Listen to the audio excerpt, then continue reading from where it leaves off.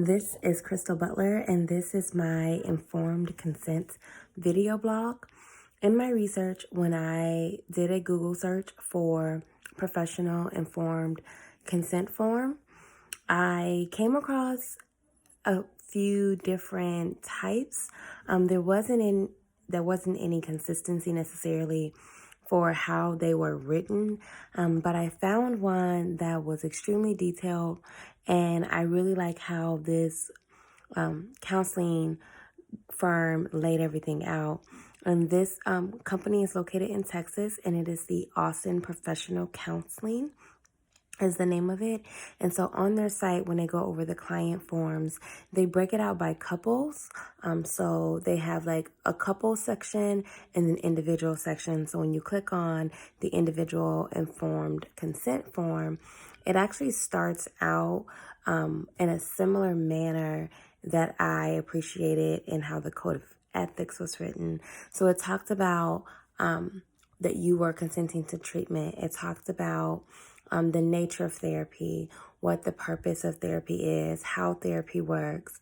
It went into a multicultural awareness statement, which pretty much just said that you are going to be having counseling with people of various diverse backgrounds, sexual orientation, religious and political views. So you were aware of that, which I thought was really good. It talks about confidentiality, but then what it also does, because this is for the state of Texas, is it broke out how it listed that Texas law mandates that there be exceptions to confidentiality, and there were 5 things that was listed. So for example, if I suspect that you are in danger to yourself or someone else. So that was one of the things. So if the counselor suspects that, then they are able to step outside of the confidentiality rules that were laid out. And then the other thing that I thought that was really good was it went further into talk about payments and group therapy and scheduling. And then it talked about emergencies and how those are handled. But then additionally, it went into the informed consent piece of it.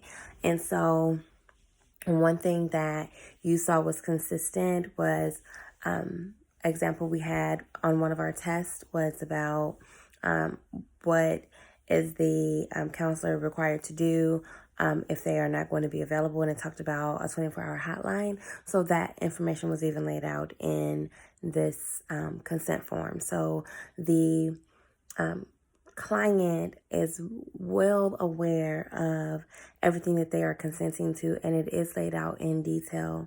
And as I went through and I compared this consent form to the ACA Code of Ethics, the one thing that I liked about the similarities in there was in the Code of Ethics, it talks about therapy and what is needed and how clients are mandated, and it talks about informed consent. So although there weren't verbiage exactly verbatim for the Code of Ethics, it still had a tone of it to let you know that the organization really took that into perspective. So that was for the state of Texas, and I live in the state of Illinois. So when I went to the over to the Illinois General Assembly, and there is a section in there that says professions, occupations, and business operations. And it talks about professional counselor and clinical professional counselor, licensing and practice act.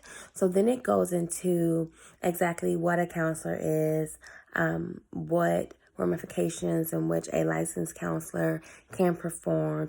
It talked about professionalism.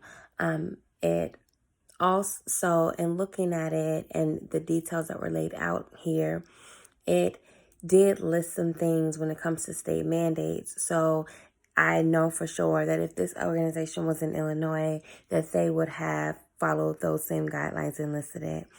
So overall, I thought that it was a really good assignment and a good way to look and see exactly what a client gets when they are doing an informed consent form.